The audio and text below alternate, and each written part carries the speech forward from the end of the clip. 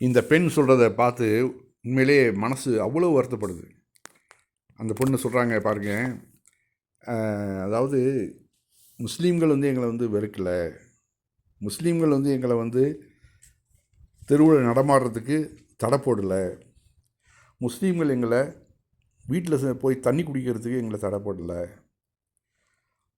எந்த மதம் எங்கள் மதம்னு சொல்லி இரவு பகலாக நாங்கள் பூஜித்து வந்தோமோ அந்த இந்து மதம்தான் எங்களை வந்து தெருவில் நடமாட வேணான்னு சொன்னிச்சு, எங்களை வந்து தீண்டத்தகாதவர்கள்னு சொல்லி எங்களை ஒதுக்கி வச்சுச்சு, தண்ணீர் குடிப்பதற்கு எங்களுக்கு தடை விதிச்சிச்சு. இத்தனை கொடுமைகளையும் பண்ணிவிட்டு நாங்கள் வந்து ராவு பகலாக அந்த இந்து மதத்தை தூக்கி தலையில் வச்சுட்டு தூக்கி கொண்டாடிக்கிட்டு இருக்கிறோம். இது வந்து கேட்குறது கசக்கத்தான் செய்யும், ஆனால் இதுதான் நிதர்சனம்.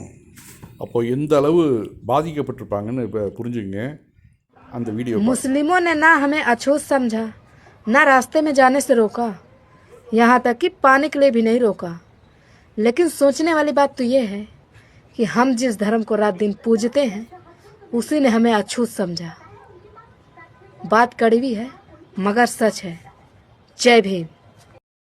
தமிழகத்தில் எப்படி இந்த மக்கள் சிந்திச்சாங்களோ அதே போல் வட மாநிலத்தில் இப்போ வந்து அந்த மக்கள்லாம் ரொம்ப சிந்திக்க ஆரம்பிச்சிட்டாங்க. எந்த அளவு சிந்திக்கிறாங்கனாக்க, பெரியார் எப்படி கொண்டு வந்தாரோ அந்த இந்து மதத்துக்கு எதிராக அந்த போராட்டத்தை இன்றைக்கி தலித்துகள், பிற்படுத்தப்பட்ட மக்கள் வட மாநிலங்களில் செய்கிறாங்க. ஏன்னா அந்த அளவு கொடுமைகளை அனுபவிக்கிறாங்க. நம்ம தமிழ்நாட்டில், கேரளாவில், கர்நாடகாவெலாம் தெரியல. ஏன்னா இங்கே வந்து பெரியாருடைய தாக்கம் இருக்குது. பெரியார்னால் என்ன சாதிச்சிங்கன்னு சொல்லிட்டு சீமான் முதற்கொண்டு கேட்குறாங்களே, அவர்களுக்கெல்லாம் இந்த ஒரு பதில் தான்.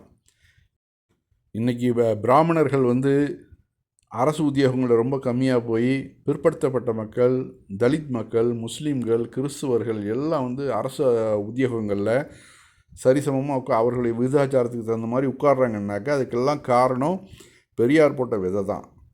இன்றைக்கி அதெல்லாம் வந்து அம்பேத்கர்லாம் சொன்னாலும் அங்கே வந்து நடைமுறைப்படுத்த முடியல அவரால். அதனால தான் இன்றைக்கி வந்து ஐபிஎஸ், ஐஏஎஸ் அதிகாரிகள்லாம் வட மாநிலங்கள் போய் பாருங்கள், எல்லா இடங்களையும் பிராமணர்கள் தான் இங்கே இருப்பாங்க. இந்த பிற்படுத்தப்பட்ட மக்கள், தலித் மக்கள் இடஒதுக்கீடு இருந்தாலும் அதை வந்து நிரப்ப முடியாமல் அவர்கள் படிப்பில் பின்தங்கி இருக்கிறாங்க, வறுமையில் உழல்றாங்க. அந்த கிராமங்கள்லாம் நேரடியாக போய் பார்த்தேன் நான். வட மாநிலங்கள்லாம் அஜ்மீர், மற்றபடி தாஜ்மஹால், டெல்லி எல்லா இடத்துலையும் போய் நான் நேரடியாகவே பார்த்தேன் குடும்பத்தோடு போய். அதாவது நம்ம நாடு வந்து நம்ம தமிழ்நாடுலாம் சொர்க்கம்னு சொல்லலாம் பார்க்க போனாக்க. இதெல்லாம் புரிஞ்சுக்குங்க.